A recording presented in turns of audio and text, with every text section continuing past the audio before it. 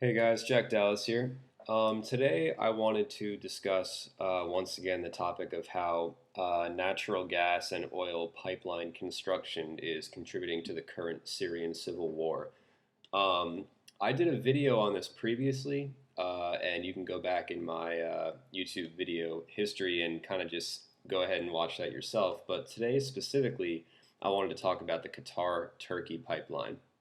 So, in order to set the stage, I'm going to start here at the map, and I think I've pointed this out many times in different videos for various reasons, but if you just kind of go around the horn here, from Northern Africa over to the Middle East, and work your way up to Europe, it kind of helps to set the stage and see where the alliances are. So, of course, you have Libya, which was taken out a few years ago by NATO and the US in order to get rid of Gaddafi.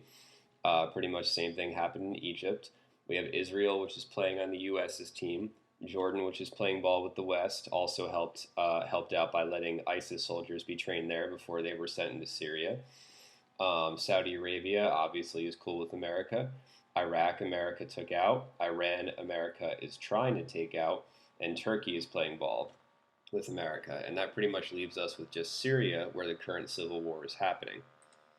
So the Qatar-Turkey pipeline is a proposed pipeline, as it says here. It's not yet built.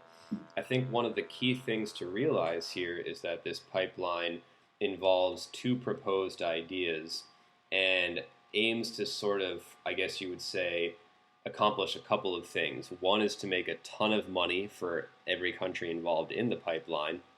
The other is to supply Western Europe with natural gas in order to sort of free it from the political influence of Russia. Currently, Russia supplies just under 50% of Western Europe's natural gas. So, of course, when events like the Syrian Civil War happen, they are not as quick and able to come, to the aid of the U.S. because Russia kind of, has them in a bad spot there. So they want to be free of the need to rely on Russia for natural gas. That's huge.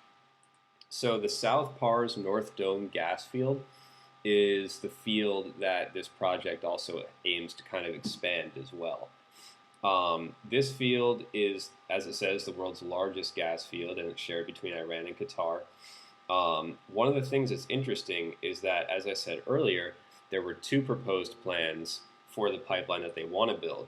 And the thing that I find interesting is if you look at the origins of these pipelines, even though the South Pars field might be targeted, Iran is sort of left out.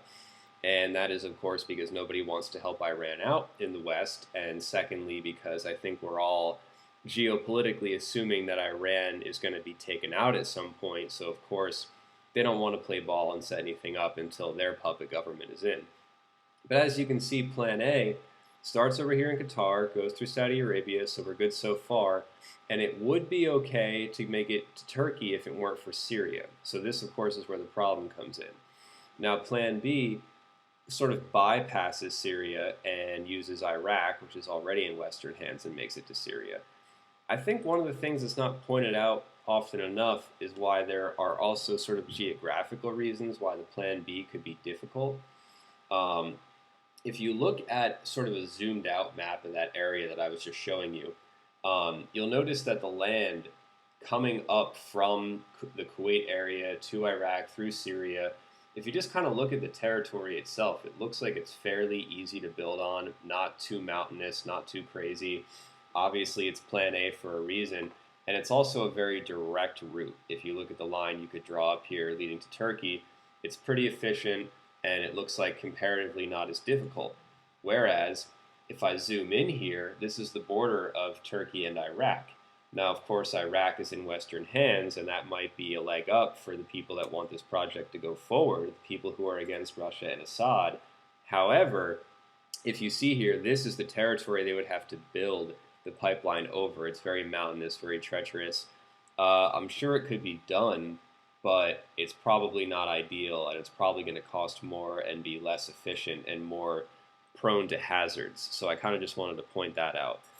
So, guys, again, a lot of this comes down to Western Europe not wanting to have to rely on Russian gas and wanting a new avenue to be able to purchase the gas that they need every single day. And the U.S., of course, is cool with this because then Europe would be able to help them out more against the interests of Russia. Of course, the many Middle Eastern countries that are against Assad because the geopolitical interests and the oil interests kind of align against him are obviously more than willing to make a deal with the Western powers. And I think the other thing to point out is that no matter what we hear about the Syrian Civil War, no matter what we hear about why it's going on and ISIS and who's funding who, the pipelines are not being talked about. It's a very often ignored topic. And I think that we need to kind of bring it up more, look at the individual pipelines on their own, and just kind of see what's really going on here. So you can kind of see the U.S. cleared the way. You know, they took out a whole bunch of countries in the Middle East and Northern Africa, set the stage, got things ready. I think Syria they see as their second biggest challenge, only to, um, really Iran. And this is just kind of where we're at now. So this is just the next stage in the progression of this whole big project. So guys, let me know what you think. We'll talk soon.